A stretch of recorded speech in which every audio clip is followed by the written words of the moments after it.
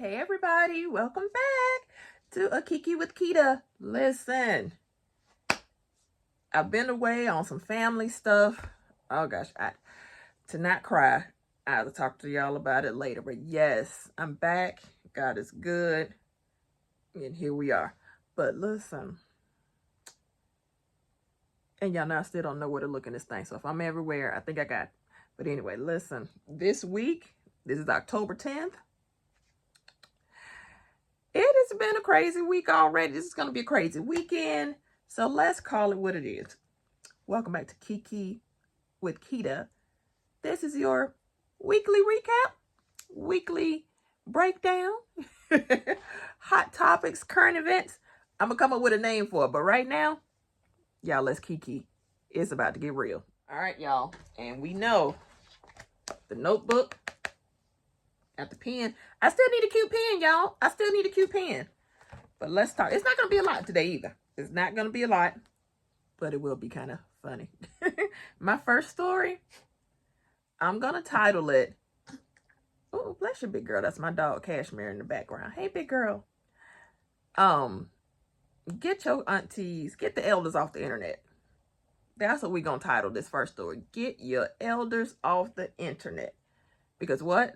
Dolly Parton's sister. Okay, we've already seen the stories about it and everything. But Dolly Parton's sister posted this cryptic message. Oh my gosh, my family needs your prayers. You know, Dolly's in the hospital, hinting to that, right?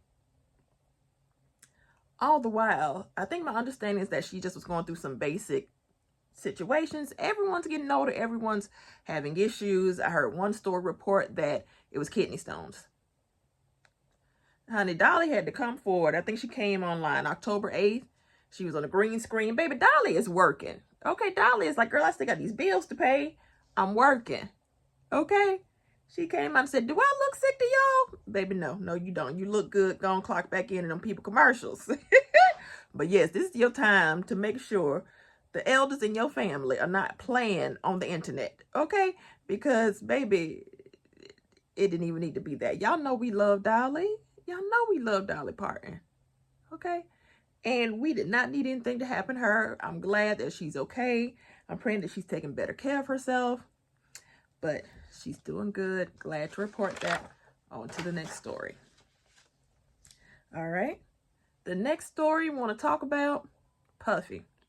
P. Diddy, Puff Daddy, Sean Diddy Combs, whatever his name want to be this week, baby, he's still in jail. Okay? And at his sentencing, they were thinking, or I think the max sentencing was 20 months. 20 years. He got 40 months, which is about, what, 5 years or so?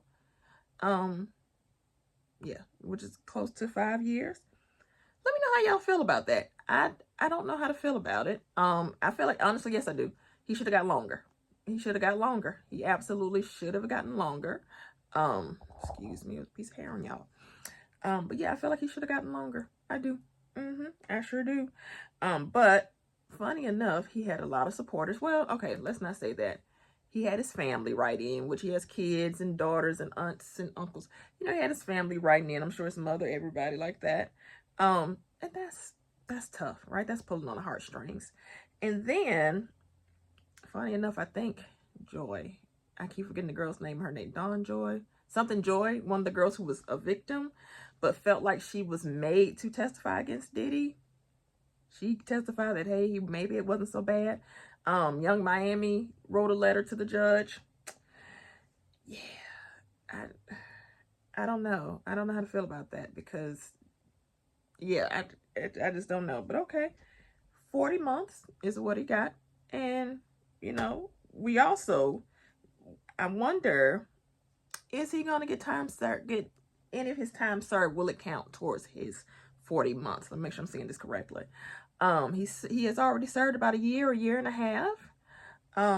So will that count? If that's the case, Puffy's going to be out in about 2 or 3 years. Will he be, my question, will he be a repeat offender? Will he go back out, play nice for about a year or two, and then we're going to start hearing stories again? Bad habits are hard to break, and the lion will always show his stripes. Okay? So, Puffy, they watching you. They are really watching you. I hope he's learned his lesson. He claimed he has, you know. But sometimes people get money and they feel like they're invincible. Let's see what happens. All right. Next story. This one, I don't even know what to say about this one because I'm from Atlanta. And you know, we're going to talk about Derrick Groves. So if you all recall, earlier this year, we had about 10 inmates escape the New Orleans prison, and they all kind of scattered. Well, let's be honest, some of them didn't scatter far. A few of them were caught right there in New Orleans, in the local neighborhoods, back at families' houses, homes, or near their friends, etc. Some were captured in the partying district. I forgot the name of it. But Derrick was the last one standing, right? And in the words of Tyra Banks, we were rooting for you. We were rooting for you. We probably shouldn't be rooting for Derrick because he was a killer. Yeah, he was dangerous. Nonetheless, we were rooting for you. He was actually caught in Atlanta, Southwest Atlanta at that. The man has been gone for 5 months. I don't know if I feel like this is a waste of taxpayer dollars because, yeah. At this point, 5 months, we got other things going on in America. Let him gone. But also, how did you just make it to Atlanta? And who snitched? That's what I want to know. Who snitched? So there are a few stories going around about how he got caught. Some people say that the neighbors or some local people in New Orleans, Crime Stoppers, and even Atlanta Crime Stoppers were kind of like, hey, we think he's here in Atlanta. They were kind of calling, reporting, saying, hey, I think I've seen him. He's in our neighborhood. He stays here, stays there, da-da-da-da. So that's the alleged story number one. The other story we're hearing is a little bit messier. Lean in, come close. Okay? Allegedly, he and his girlfriend were fighting and arguing in their apartment. And one of the neighbors ratted them out because they were making too much noise. Child, y'all know Southern people are nosy. I can't help but laugh because y'all know, I'm from Atlanta myself. Y'all know Southern people are nosy, okay? And when they caught him, he didn't have a shirt on. He had his boxers on, but it looked like he was fresh out the shower, okay? This thing, dog, was funny to me. He was blowing kisses as they were loading him up in the cop car. He not a care in the world. And actually, when they got him back to the station, he was like, I want to go back to New Orleans. Just send me back to New Orleans. You people are crazy here. Send me back to New Orleans. Now, the part that gets me and all of us who were rooting for him, at 5 months, you just got to Atlanta? You weren't in Mexico or Cuba? You didn't hop onto somebody's fish boat, a random boat, and sail yourself on the Key West to Cuba. You didn't do that? You had 5 months. And you were chilling in Atlanta at your girlfriend's house, supposedly. Oh, well, now take that back. They found him in a crawl space. So, maybe you were hiding. I'm not sure. But I just knew he would have been in either Mexico or Cuba. I'd even gave him Canada. I now live in the Northeast. We ain't that nosy up here. He probably would have blended in. But, you could have. Cuba's right there. Mexico's right there. You had 5 months. 5. I actually want to hear the story about how he got to Atlanta, but that's neither here nor there. And now, what I'm hearing today, they're going to send him to a very tough prison in Louisiana called Angola. Baby, I've seen the stories about the Angola prison system. Him and the other 9, they ain't getting out no time soon. Nope, not getting out anytime soon. Good luck to you. Y'all should have tried harder. All right. And then more in our political corner, y'all. Like I said, I live in DC now. We are still in the middle of a government shutdown. I think a lot of us are kind of lost, don't know what to do. I don't even like to talk politics like that, but here we are. We're all in this together. I really hope, it's already rough out here. I really hope that we all can come together as Americans and figure out what works. And especially since this is surrounding healthcare. Healthcare is already expensive in this country. I would love free healthcare. Don't understand why America does not have free healthcare, because we are taxed on everything. Food, clothes, houses, everything. We are taxed heavily. Can we get a little benefit? But okay, I don't want to have that debate. And then we are also facing, ICE agents and National Guard in different cities. There's still some National Guard presence here in DC. Have they cleaned up the streets? Some parts. I gotta be honest, some of the crimes calmed down. Some of the loitering, I'm not gonna say crime, some of the loitering has calmed down, right? So that's a good thing. But what I'm seeing now on the news and on TV is a bit excessive. Even more excessive than what we had here in DC. So I'm praying for everybody. I'm praying for America to unify. We got to get it together. All right. And for the last story, y'all, just happened this morning, October 10th. Dr. Wendy Osefo from Housewives of Potomac, Real Housewives of Potomac, I had to make sure I said it right, and her husband, Eddie Osefo, have been arrested. Baby, if keeping up with the Joneses is going to cause you to lose your livelihood, I don't want it. And that seems, as the case is developing, because it's still early enough that more information is coming out. So what we're hearing, this is reported. Let me sort my sources. Let me report my sources, baby. Yes, TMZ. We've all been kind of following this from TMZ and also the Shade Room, plus some other bloggers in the YouTube world. Now, they were booked on fraud charges, They were booked on 16 fraud charges, including 7 which count as felonies, right? She has been accused of providing false and misleading information in a fraud case, and one misdemeanor count. So it's a lot. It's a lot of stuff, right? 16 charges, 7 of which are felonies. Okay, let's just focus there. Initially, the story was that it was a fraud case involving more than $300. I don't really buy that or understand that, because $300 is what, lunch? Dinner? That's a fancy dinner. Y'all didn't get 16 felonies off of 16 charges and 7 felonies off of $300. No, we need more details around that, because now 2 stories are coming out. The one with the $300 false statement, and then the other, which is circulating more, is that back in April or so of 2024, Dr. Wendy Osefo and her husband were robbed, and let me make sure I said it right.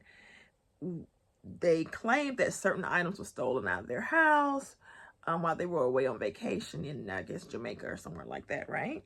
There was a break-in, so of course you had to file claims with insurance.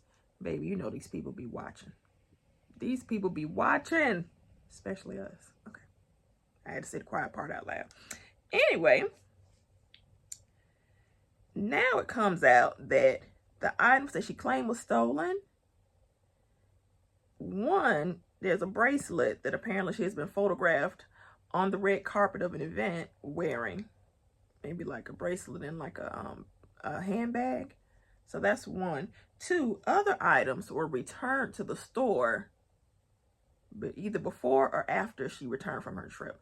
So either before the break-in, which I think I'm more so hearing that these items were stolen and reported before the break-in. And then she took them back to the store and was fully returned. They were all fully returned. She was fully refunded, excuse me, fully refunded on the items. Girl. And even the burglar might have been staged. Was the burglary staged, y'all? Was the Wendy did you stage the burglary? Wendy, y'all. Keeping Up with the Joneses is gonna have y'all messed up. It's gonna have y'all messed up.